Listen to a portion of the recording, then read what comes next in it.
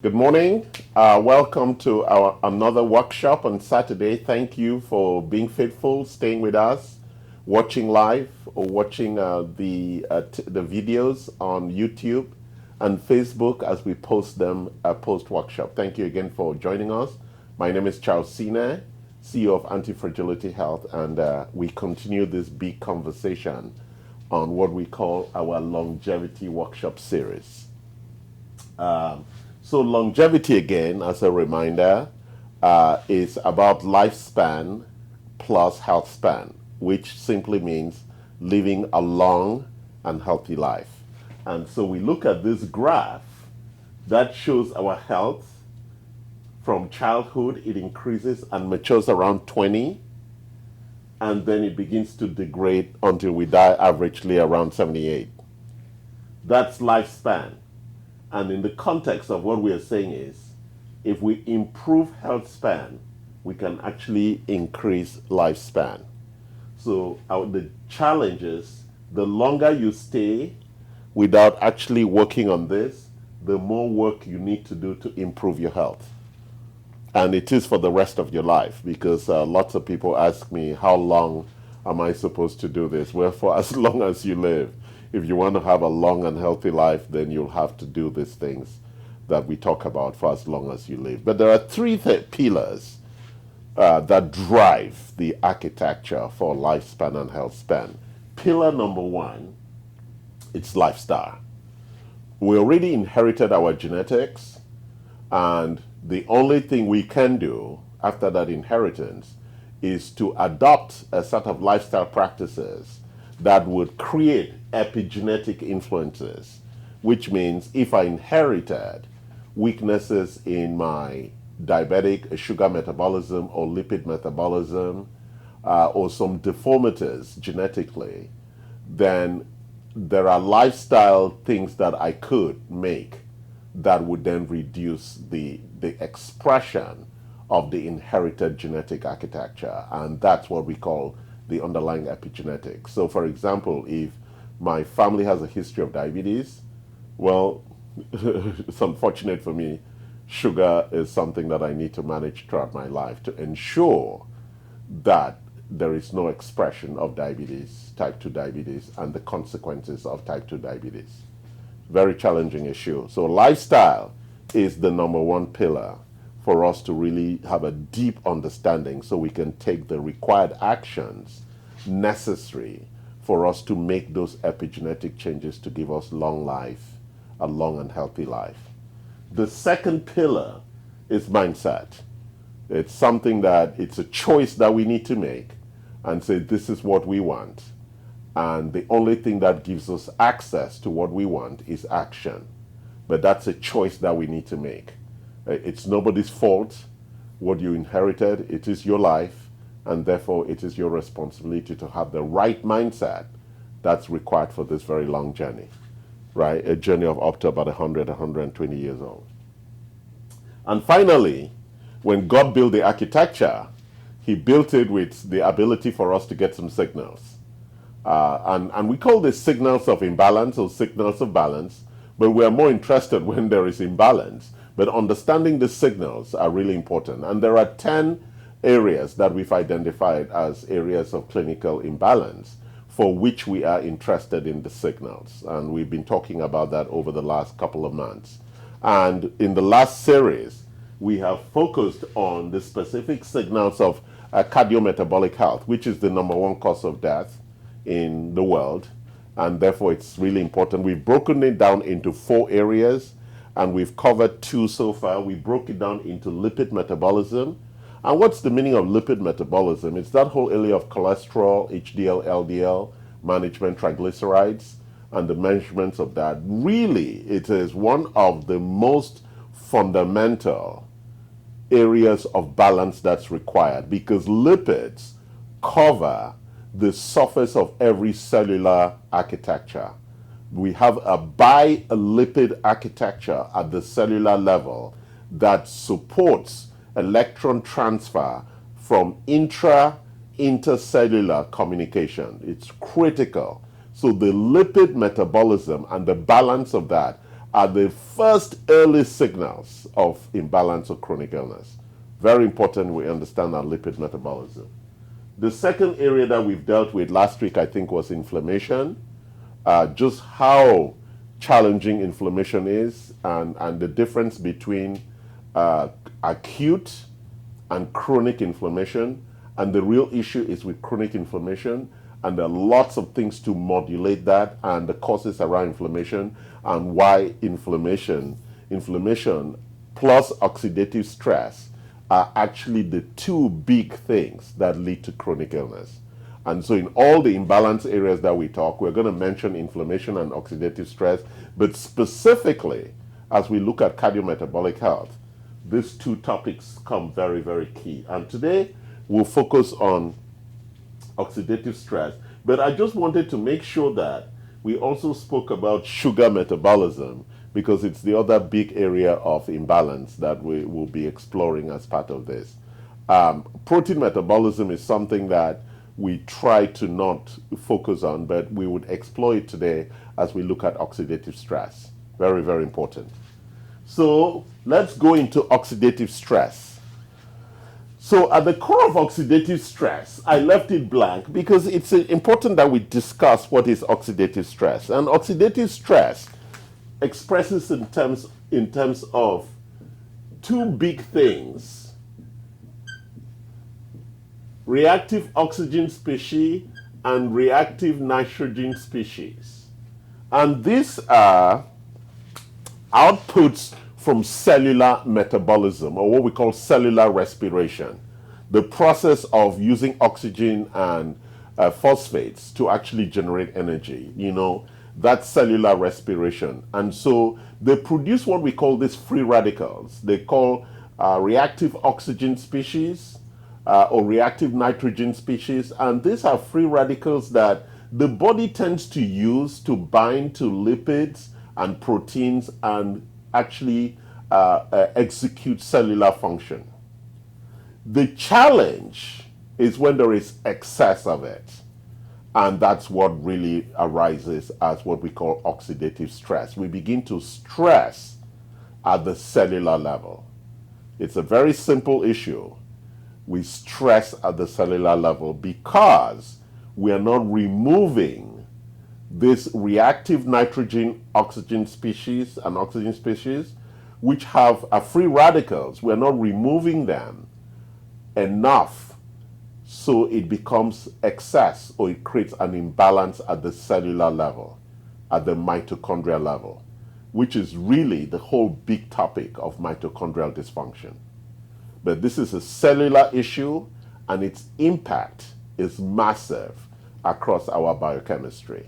So let's look at some of the drivers of oxidative stress. So I spoke about it at the cellular level, but I didn't talk about the impacts, because from inside, what is driving, what we say endogenous, it's driven by mitochondrial and inflammatory signals, or inflammatory cytokines. These are things that are saying, hey, we need to go do some work somewhere, and causes inflammation. And because those cells are activated, then the production of ROS and NOS increases. The nitrogen, oxygen, the reactive nitrogen species and the reactive oxygen species increases because these cells are agitated. And therefore, if we don't use the antioxidants to remove them in time, then we begin to end up with oxidative stress. But there are other things from outside, exogenous, that also drive oxidative stress, because it forces the cellular architecture to respond. Radiation. That's why we do a lot of heavy metal detox, because those heavy metals that come from outside or hit us who are in our body causes cellular stress. And that cellular stress leads to oxidative stress. Also, infections, pathogens, or drugs, when they come into our body unnecessarily, they cause significant impacts of oxidative stress. So let's look at, and so we think about oxidative stress, but the question is that what does it really do? Because it is a transitory issue. You see, that's why chronic illness is such a very challenging issue to manage, because it is an accumulation, a slow accumulation over time of the outputs of inflammation and the outputs of oxidative stress, and they actually drive each other that lead to chronic illness. So let's look at it. What does oxidative stress do to DNA? It causes significant misfolding of the DNA. So when the DNA is being copied, it begins to make a lot of errors. That is really what leads to chronic illness: heart disease, diabetes, kidney failure. It is the misfolding of the DNA chromosome copying process. When the chromosomes are being copied, it's being copied incorrectly. Number one. And therefore, when it goes to express the epigenetic expression into proteins, then has error. That's number one. Number two, it binds with lipids and causes real challenging issues at the cellular membrane architecture. Remember, atherosclerosis, which is a lipid formation on the cellular surface because of inflammatory signals, leads to cholesterol accumulation and atherosclerosis, high blood pressure, and other things. So the impact of oxidative stress is that it changes the lipid functionality and then causes damages at the cellular architecture, which leads to heart disease, kidney failure, and all the other things that drive that. And finally, it challenges the protein structure. It changes the protein structure because it binds to the good proteins, and it reduces the availability of these amino acids that are required, are building blocks for the body.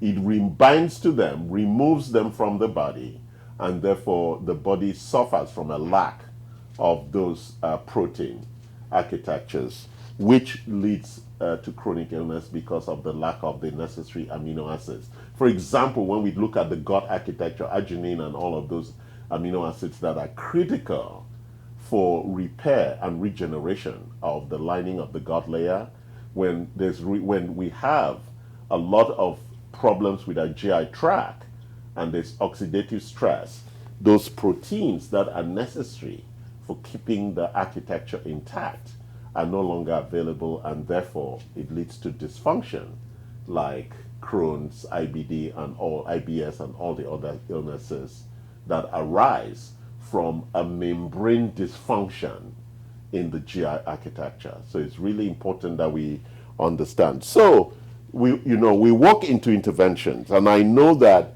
I'm trying to stay at a high level in this subject.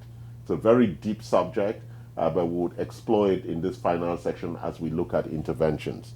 So when we look at lifestyle interventions, I say sleep should be optimized, because sleep is when the body resets and does a lot of repair and regeneration. So if there's mistakes with chromosomal architecture, there are lipid issues, and there are protein misfolding problems, it is during sleep that the body might recognize and actually take us into issues of autophagy or mitophagy to remove some of these proteins and some of these things that are going to cause dysfunction.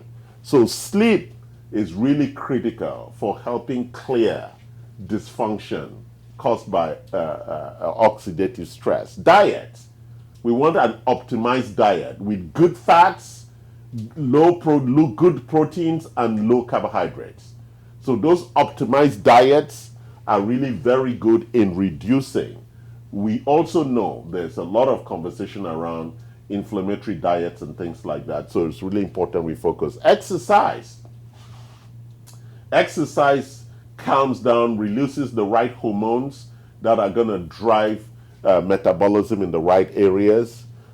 We want to reduce toxins, because toxins put an alert on the body and then cause obesity or fat deposits that are trying to lock down the toxins. And fat deposits actually create oxidative stress, because the body now is trying to hold on to this dangerous load and has to really stay alert so this load doesn't escape into the body.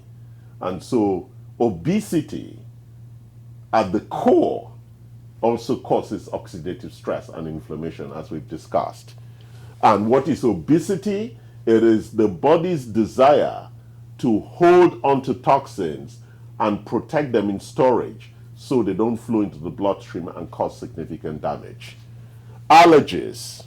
Allergies, right? It's a reaction, and it puts a tremendous strain on the immune system, and therefore the immune cells begin to suffer oxidative stress, plus infections, right? If we have persistent infections in the GI tract, as I've been talking about, the mouth, which is actually the biggest source of infections, therefore periodontal disease is, we know, the source of a lot of infections that drive the architecture of the body.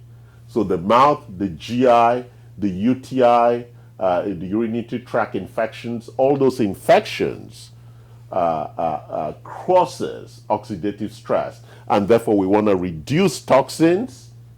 And how do we reduce toxins?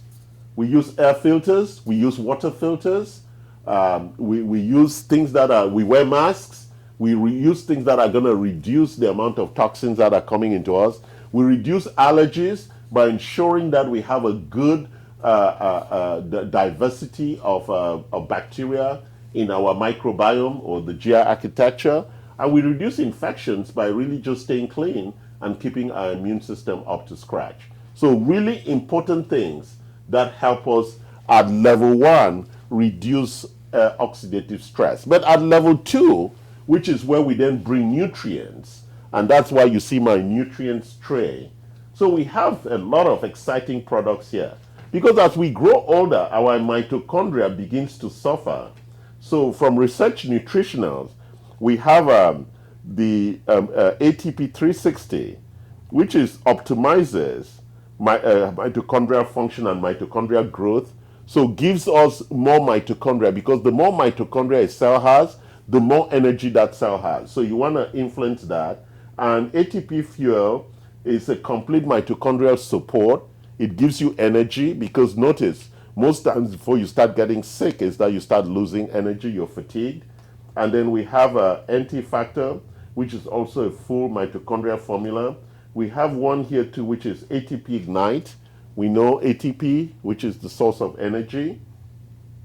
And then we have a couple of products here. MitoCore, it's a real complete treatment. It's a mitochondrial dysfunction solution in capsules and also in powder. And then we have this collection of antioxidants, which actually help remove the reactive oxygen species and the reactive nitrogen species. Excesses of them, these are antioxidants. They reduce excesses of them in the cellular architecture, which then allows the cells to perform at optimal performance levels. So we have things like NAC, beautiful product, Coquinol 2000 with that has ubiquinol with endogenous substances. We have glutathione here, vitamin C and vitamin E, and the mixed tocopherols. So we have a full set of things to provide nutrient support for mitochondrial optimization, antioxidants, and to support stress issues of sleep and things like that for optimization. But as a final layer, we look at our advanced therapies, which we have been using. I use quite a few of these products directly to address the underlying dysfunction that's arising from oxidative stress. So for the DNA repair, you want to use NAD+, which is going to help, plus poly-MVA that provides the ATP architecture, so that when the DNA is copying, it's not making a lot of mistakes, and reduces the copying mistakes, which actually leads to chronic illness. NAD is a fantastic IV infusion. which is available, including poly-MVA. For lipids, right, after we do chelations, and what's the job of chelation is to remove heavy metals and the toxins out of the architecture, we then supplement with plaque X, which is a biphospholipid, which helps resurface the membrane.